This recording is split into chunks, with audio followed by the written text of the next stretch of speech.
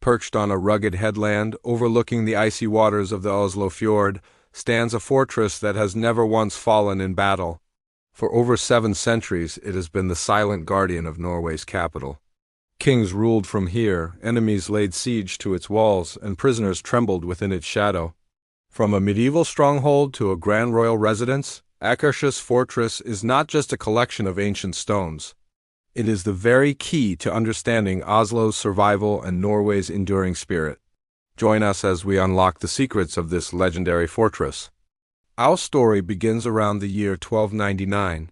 At the turn of the 14th century, Norway faced a precarious future. Its capital, the medieval town of Oslo, was vulnerable. Raiders and rival kingdoms, particularly Sweden, posed a constant threat from both land and sea. The king, Con V, knew that the wooden defenses of the past were no longer sufficient. He needed something stronger, something permanent, a fortress that would secure the kingdom's future.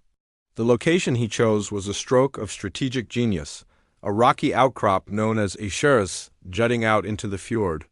From this vantage point, a fortress could control everything. It commanded the entrance to Oslo's bustling harbor, the lifeblood of the city's trade. Any ship wanting to reach the capital had to sail directly under its watchful gaze. This meant the fortress could protect vital trade routes and choke off any naval invasion before it even began. But its purpose was more than just military.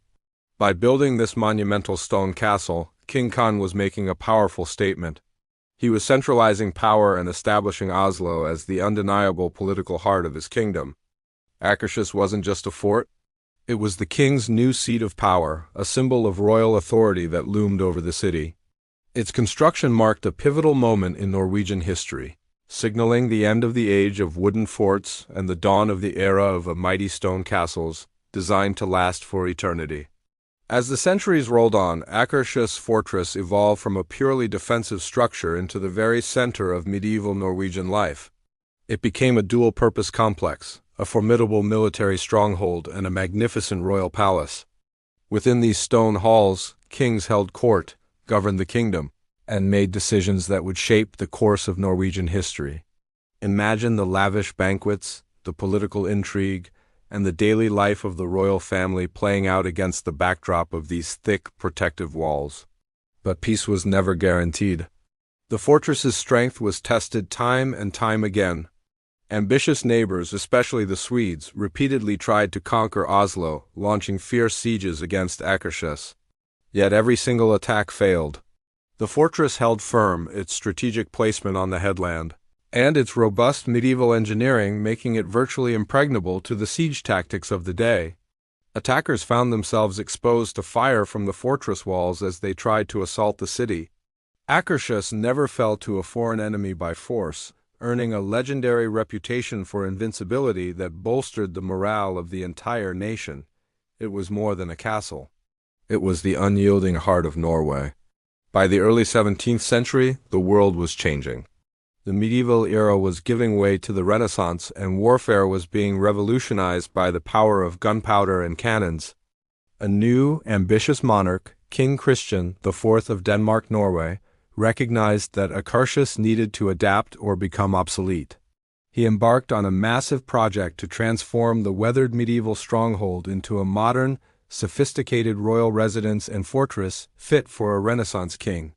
The old, dark towers and drafty halls were remodeled into an elegant, comfortable palace. The design was heavily influenced by the latest Italian architectural trends, featuring grand halls, ornate decorations, and a more open, residential feel. It was no longer just a place of war, but a showcase of royal wealth and culture. But Christian IV was also a shrewd military strategist. He knew beauty had to be matched with brawn. The fortress was updated with a state-of-the-art bastion system low, thick star-shaped walls designed to absorb cannon fire and provide wide fields of fire for his own artillery. This transformation extended beyond the fortress walls. After a devastating fire destroyed much of medieval Oslo in 1624, Christian IV seized the opportunity to rebuild the entire city under the protective shadow of his new fortress. He moved it, redesigned it on a modern grid plan, and renamed it Christiania in his own honor. This new city would eventually grow to become the modern Oslo we know today, forever linked to the vision of a king and his magnificent fortress. Yet, as Akershus grew in grandeur, it also developed a darker, more foreboding side. For centuries, its deep dungeons and secure cells made it the most feared prison in the kingdom. Its role as a place of incarceration ran parallel to its history as a royal palace and military base. It held a wide range of inmates, from common criminals serving harsh sentences to high-profile political prisoners who had fallen out of favor with the ruling powers. The fortress became a place where dissent was silenced and enemies of the state disappeared from public view. This grim legacy took on its most haunting form during the Second World War. When Nazi Germany occupied Norway in 1940, Akershus Fortress became a headquarters for the Gestapo. Within its historic walls, members of the Norwegian resistance were imprisoned, interrogated, and tortured. The fortress grounds were also used as a site of execution. The echoes of these dark years left an indelible stain on the fortress's long history, turning a symbol of national pride into a place of profound sorrow and suffering.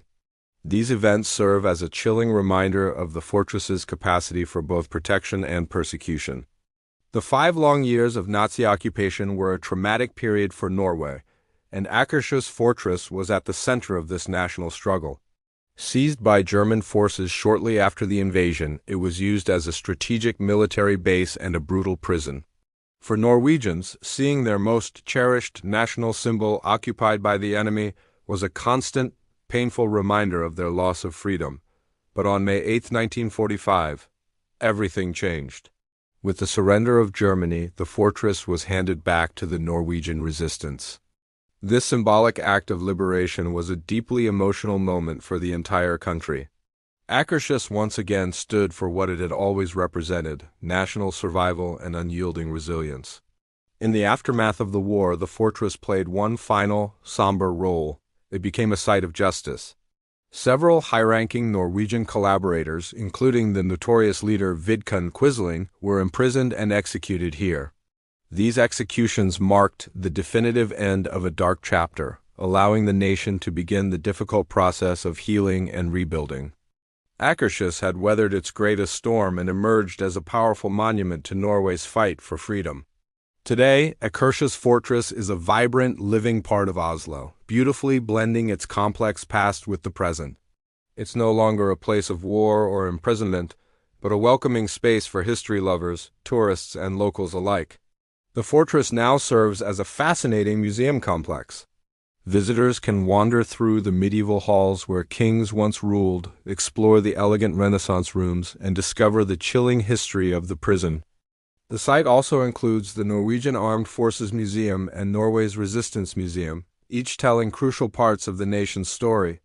It remains an active ceremonial military site, with uniformed guards patrolling the grounds, adding a sense of continuity and tradition.